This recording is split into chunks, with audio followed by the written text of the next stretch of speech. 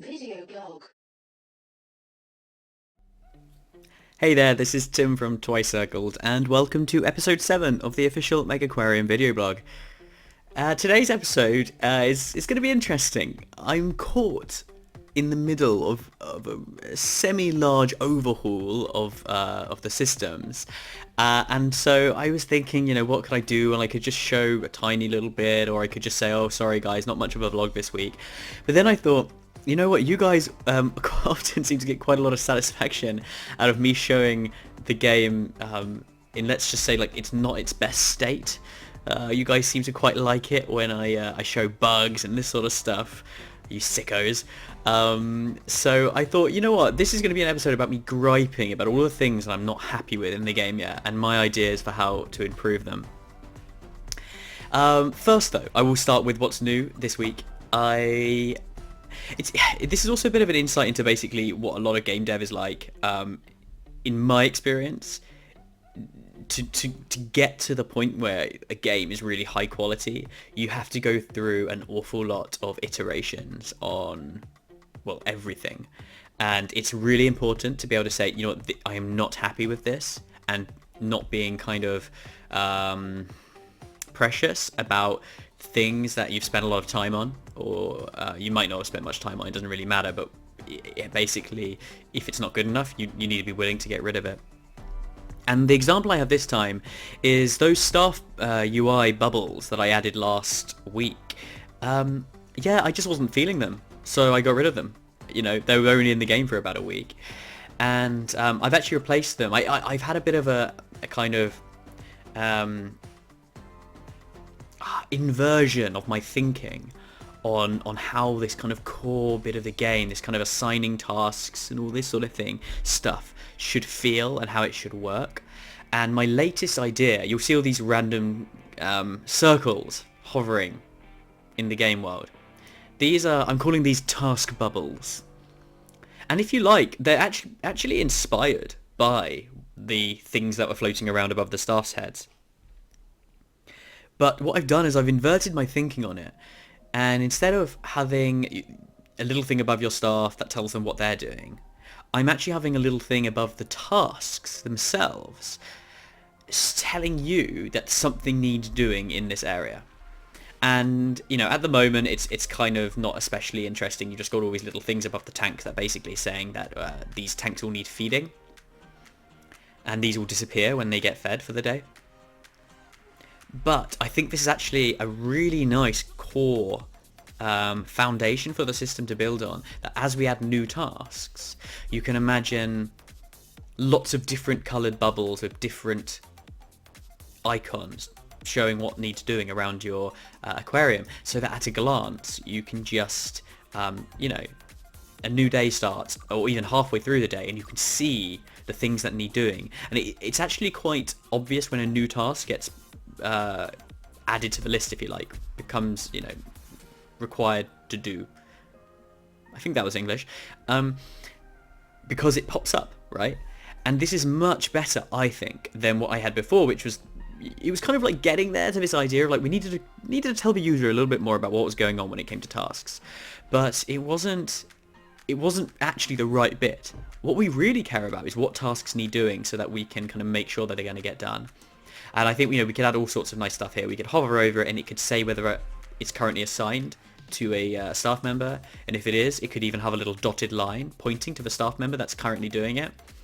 And the way that tasks go is they don't all get divvied out straight away. They get added to a list, and it's only when a staff member is free that they gain a new task. So a lot of the time, the tasks won't be assigned until someone is free. I think also via this interface... Okay. That's massively broken. You know what? In the spirit, I said I was going to show you guys some dodgy stuff today, right? Well, there we go. I wasn't actually planning on having big bugs like that. I just tested this. Look, I'm going to be back in a second, guys. I'm going to see what's going on. One sec. Okay, we're back. Yeah, look, it works now. It was a save compatibility issue because I've changed some other stuff too. So that's the first thing, right? Is this idea of inverting the UI. I mean, it's literally just the UI. The actual task stuff still works the same, but it's actually quite important. It's really getting down to this idea of what the kind of core gameplay is about. And like, don't get me wrong, honestly, the main bit of the gameplay is going to be unlocking new fish, new tanks, new equipment, building the exhibits. But what I realized from my early playtesting was there had to be a bit of interaction during the day, and there had to be kind of something to be doing, something to be managing during the day, because otherwise I think it becomes a bit of a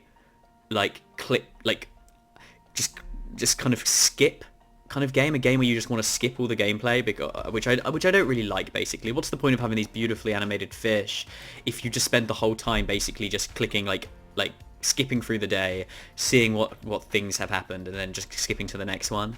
What's the point of kind of simulating all of these little guys walking around your aquarium? You know, it just didn't seem right to me. So I wanted to have a kind of managing part of the game, and so that's what I've been working on the last few weeks, as you're aware. And I think this is a cool kind of backbone of that system. And essentially what it comes down to is, before the end of the day, can you get rid of all the bubbles? Now, I'm not saying there's not going to be loads of deep strategy and interesting decisions to be made around how to get rid of all the bubbles, and sometimes it's fine to leave the bubbles.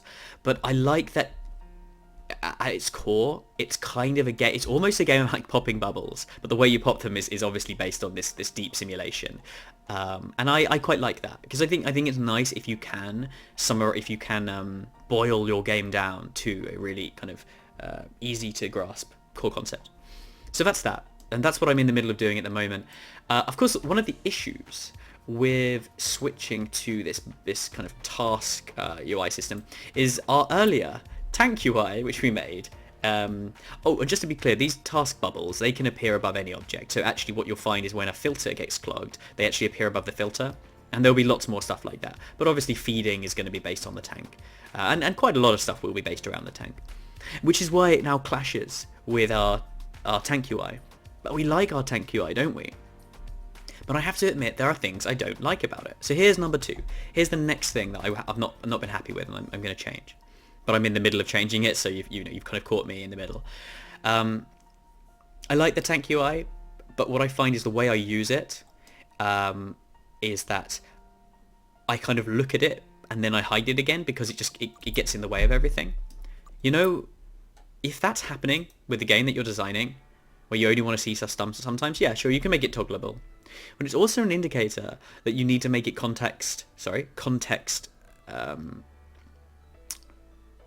related. I can't think of the right word now. Context sensitive. There we go. Because what it means is you only want to see some of the information some of the time. So what I realized is we could replace the UI that we have currently with context sensitive parts of it. So for example, when you, like, this is hidden, right? But when you select a fish, boom, you get the little capacity one coming up, and it will automatically hide the tasks, because you're not interested in the tasks while you're laying down fish. And then we'd actually get rid of these little feeding indicators, because we've now got the tasks to deal with that. The happiness, well, mostly you're interested in the happiness when it goes below a certain value. And we could make this a tweakable number, but I think generally speaking, maybe 70, because I think that's when it goes orange. So when it goes to, you don't see any of these, but if it hits 70, so you got these two, these would have a little square above it with the happiness. It's got a slight question, which is, do we hide the tasks then? I'm not sure. Probably not. So I might have to come up with some idea of like how to show a task and the happiness thing. Maybe what I actually want to move towards is maybe everything is in these little circles. So possibly we could have like a series of little circles above there, and that when you hover over them, it kind of like spreads them all out, and you can kind of see what's going on. There's something to be done there, but that's more to do with like aesthetic. In terms of usability, I definitely like this idea that you only see the happiness when the happiness has dropped below a certain value. If you want to look at the happiness, you can always come here. Well, this doesn't show you the average, it shows you the happiness of the individual fish. If you want to see the water quality, you can always come here. And what we can do is we can only show the water quality when it goes below a certain value, for example. And remember that you're already going to have an indicator of whether your water quality is going to be maybe going down because, and I think it is now time to start a day. Oh god, before anything else happens, I gotta tell you about something else. Okay, so... because you're going to have this new indicator. This is the point I just wanted to quickly make. This filter has become clogged. And I've changed actually the way clogging works as well, because I didn't like this idea of like clogging being this this kind of linear thing, which you know, what I had is basically at any point along the kind of the clogging could have any form. It could be 5% clogged, it could be 25% clogged, it could be 50% clogged, which just didn't feel right to me because it made it really difficult to decide when you needed to clean it out. So I've made it more binary. Basically, once after a certain time, there's no randomness here. It's after a certain amount of time, depending on how much crap is in your tanks, how much poo, how much fish poo you need to clean out, and the capacity of your filters, although currently that's just related to the filter power, but eventually I'm going to have a separate thing, which is high capacity filters, which don't need unclogging as often, and even like automatically unclogging filters. But anyway, that's another vlog. I've made it more binary so that you have, it reaches a certain point, it creates the task. So instead of the task occurring when, at some kind of fluid point between 1 and 100%, the task is automatically created when it becomes, in quotes, clogged, which has a flat minus 25% filter power. So it's a bit less sliding scale, but basically, yeah. This is now an indicator when this clog thing comes up that you might have a water quality problem. So you don't necessarily need to see the water quality all the time. I think you only need to really see it when it reaches a certain value, possibly the value at which the fish inside will start being unhappy. That's probably the time to make the water quality appear via this. Okay, that's that talked about. Another little thing I'm experimenting with, they're all on top of each other, which is a bit lame. Again, this is something I'd like to change. I'd like to make it so that people, staff, don't overlap when they're working on the same thing. So basically, these would all have to kind of queue up, and you'd create a bit of a kind of blockage here. You don't really want to do this, but yeah, if another staff is already in the square, the other staff will kind of wait patiently in the squares next to it, because at the moment it just looked really ugly, all of them using it at the same time. And I like the idea that you might have to add additional kind of stations. You can kind of think of this as kind of like a station where a staff interacts with it. You might have to have more than one in the same place just to make sure all of your staff can access them. Anyway, here's another fun thing though. I've now given them little buckets. And this is just a very basic start to creating a bit more user feedback. So basically, whenever these won't always be buckets, we can change them depending on the task at hand, but this is basically the item that the staff is holding, and you can see these bubbles are starting to disappear as things get fed, and I feel like that's really satisfying. Like, look, we've already fed all of these tanks, so it's just these 3 things that need doing. And yeah, so basically the you got an indication of the item that the staff are holding now, and eventually we can team that up with a really nice animation and stuff. But I think that's really I think that's a really big improvement, actually. I really like the visual representation of what's going wrong.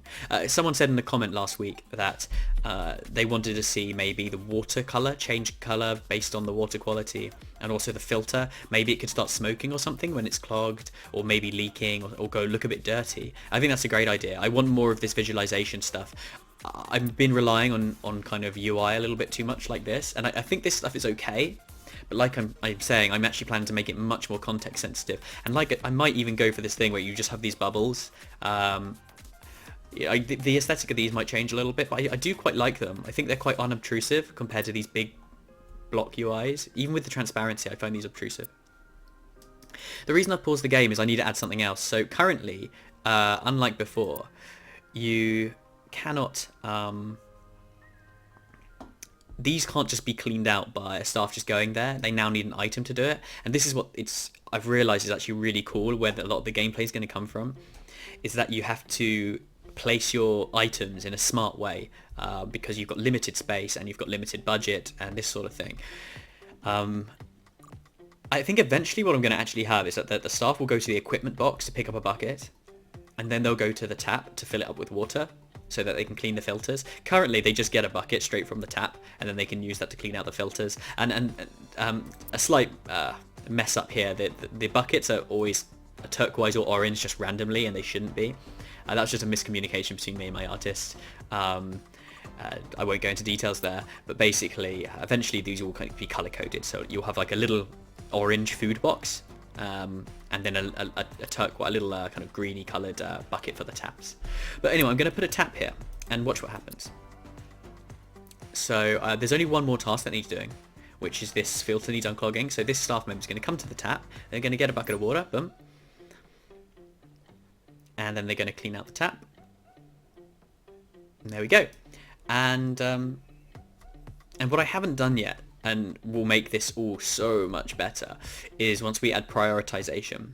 So I changed my mind. I actually went off the idea of having these kind of specific orders, where you could say that at which point, how often you wanted to clean out your filters and that sort of stuff.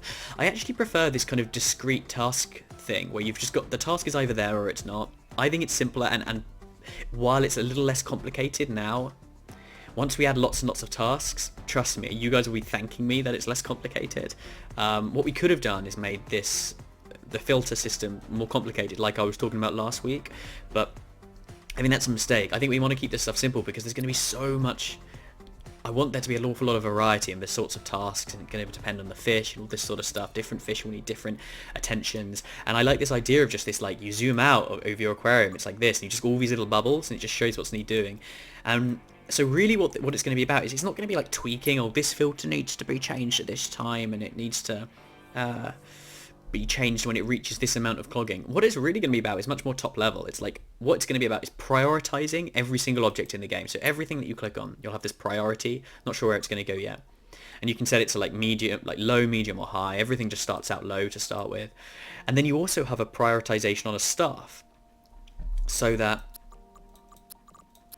here, we'll have a little prioritization next to each of the task types. And you'll be able to set, say that, like, Verity will have like maybe even 0 priority for cleaning, which means she'll never. This is a bad example. Let's get Rachel and Fred. Okay, what we could do is set Rachel's feeding priority to 2, cleaning priority to 1 or 0, Fred's cleaning priority to 2, and then feeding to 1 or 0. And that will basically mean that they will do the tasks that they specialize in first. That's okay to start with. But then what we can add later is proximity as well, and so that you can actually assign an area to a particular staff member. And I think those things, they're quite simple mechanics, which is what I'm going for. But actually, because you've got so much control over the layout of your aquarium, there's actually some really subtle strategy going on there, and there's all sorts of things you could do. I think there's so many different ways you could do it. Like, you can do this thing where you put all of your stuff in like a ring, and then you could have all of your equipment stations in the middle, like your food boxes, your tap, your equipment box. And you could almost have like staff all assigned to kind of one little area, and then they're just going zip, zap, zip, zip, zip, zip, zip, zip between all the things in the tanks. Or you can go for this, so that's really good because it minimizes walking time. But the problem is it doesn't take advantage of a staff's skills. So if you want to specialize your staff, then you might want to go for a non-priority system, or you might want to combine them both. And yeah, I think that's going to be really nice. I like that it's simple to explain, and I think it's going to be really, really powerful. So I'm in the middle of putting all this stuff in. And yeah, this video is mostly about explaining the things that I want to put in, the things that I'm not happy about. We're going to go do maybe one more day. I've actually increased the length of the day. You guys might have noticed that. That felt like a much longer day. I've only increased it by 30%, but it feels a lot longer. And what's really nice is there's time for your guests to get all the way around your aquarium now. I've also increased the turn speed of all people, because I think people are spending a lot of time turning, honestly. I've increased it by 33%, and again, it seems to make a difference. Let's just speed through this day. And you will notice that people get a lot further into the aquarium. Normally they were only just about reaching these back tanks. Look, it's only just gone midday, and there's already people at the back tanks. And I've got to admit, my design here, it actually kind of bottlenecks them at the front here. So I could probably design this better to get them to kind of move around more easily. And this is really silly, having like 2 quite low value tanks at the very front of my aquarium. That's poor design. And here's the final thing that I'm not happy with, is this big page not telling us very much that's interesting. Now, since I made the change that every single extra square you gain doesn't doesn't cause a trait growth, you now have this trait growth chance, which is based on the happiness. I think this page is kind of a little less interesting. I think the actual squares don't matter as much, whereas before it was like you knew exactly what was going to happen because every single square was a trait growth, or at least told you whether it was going to be a growth or not. Whereas now it's just always 94% chance. So I just don't think this is as interesting anymore, and I wonder actually how useful this growth chart is at all. I mean, it does show us how hungry they are. I'm certainly going to have a think about this. It's okay here, but I'm not sure you need it here. So I'm thinking of maybe actually only showing the fish, which need some kind of action, or actually something really major has happened. I think maybe if their trade is just increasing, I'm not going to bother showing it. I might have a little thing which just says like 17 fish traits have increased, and if you want, you can inspect that. And I think I'll definitely show a fish if it's unhappy or if it's hungry. But I'm not sure we need this anymore. This isn't very friendly to if you've got an awful lot of fish. So this was never going to be very practical. The other idea I've had is maybe having this a tank by tank basis, so that you kind of get maybe a row could be 2 of these rows, but then instead it has all of your fish inside the tank along the edge. This isn't going to decrease the size of it that much though. We've got 1, 2, 3, 4, 5, 6, 7 tanks. So I don't know. It'd still get quite long, but it certainly shrink it down once you start to get very large tanks. I'm not sure. I haven't decided yet, but yeah, I think this needs improving. This was always pretty temporary. It's okay for now. God, we're earning an awful lot of points. I think I can unlock everything.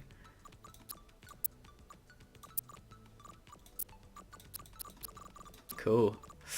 Yeah, that's going to be it for this episode. I just want to show you some really fat fish real quick. Look how fat he is! Oh, that's another thing I'm thinking about. It's nice being able to look at the fish, but I'm not sure. I'm tempted to make it so that you're locked to this kind of isometric perspective, and then you can just kind of rotate by default. But then if you hold like a modifier like control, then you get free look. I don't know, it kind of seems stupid, doesn't it? Like why take the ability away from the player? I just think basically most of the time people are going to want to just spin around like this and just always look at it from this kind of height. But then it means you can't see in the tanks as well. I'm not sure about that. Let me know what you think. The other thing I really want to do is make it so you can zoom in and look at the fish. And I want this to be animated, this portrait. I mean, if you click it, then it stretches out to the size of the whole window, and then you can like watch the fish, and the animation will match the animation down here, so you can have a really good look at a particular fish. Look how big this grouper is. Oh, what a fatty. Pumpkin. Alright, that's it for today's episode. Thanks for watching, guys. I'm moving house in the next couple of weeks. I think not sure when it's going to be exactly. It might cause a little bit of disruption to my video blogs, because I might not have good access to internet and my PC. So, but fingers crossed, I'll try and keep it up. Might try and pre-record one for next week. But yeah, thank you for watching. I'll see you next time. Bye.